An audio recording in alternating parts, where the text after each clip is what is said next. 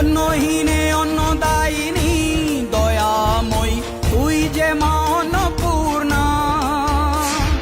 সন্তান স্নেহে তুই মা যেন কল্যাণী সম্পূর্ণা।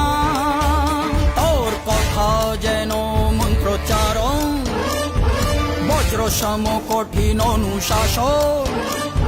ধৈর্যের সর্বংসহা পৃথিবী, ধর্ম ও ন্যায়ের প্রতিচ্ছবি।